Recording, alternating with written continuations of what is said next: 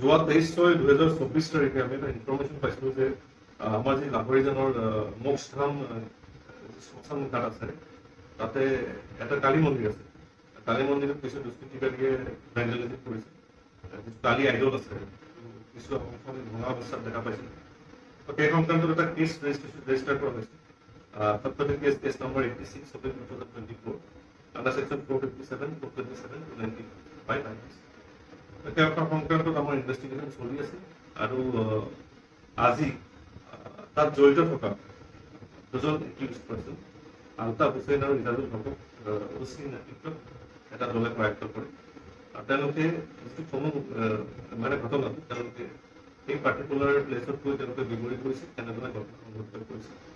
আৰু এই দুইজন ব্যক্তি তেওঁলোক ড্ৰাগ এডিক্ট হয় আৰু ড্ৰাগছ সেৱন কৰি আছে আৰু ড্ৰাগছৰ হিচাপে এই কাম কৰিছে বুলি তেওঁলোকে এতিয়া কনফেছ কৰিছে। তেওঁলোকক বৰ্তমান চৰকাৰ ৰখা আছে। স্যাৰ, তেওঁলোকে অকলে আছিলে নে আৰু টিম আছিলে? এতিয়া এজন ব্যক্তিয়ে কনফেছ কৰিছে যে তেওঁলোকৰ লগত আৰু এজন ব্যক্তি আছিল, যিহেতু তেওঁ ড্ৰাগছৰ নিচাত আছিল। সেই কথাটো এতিয়ালৈকে তেওঁলোকে ক'ব পৰা নাই। গতিকে আমি ইনভেষ্টিগেশ্যন চলাই আছে। যিজন প্ৰাইম একিউজ, যিজনে এই পাৰ্টিকুলাৰ কামটো কৰিছিল, ঘটনাটো কৰিছিল, তেওঁ দুইজনকে মিলাই আমি কৰায়ত্ব কৰিছোঁ।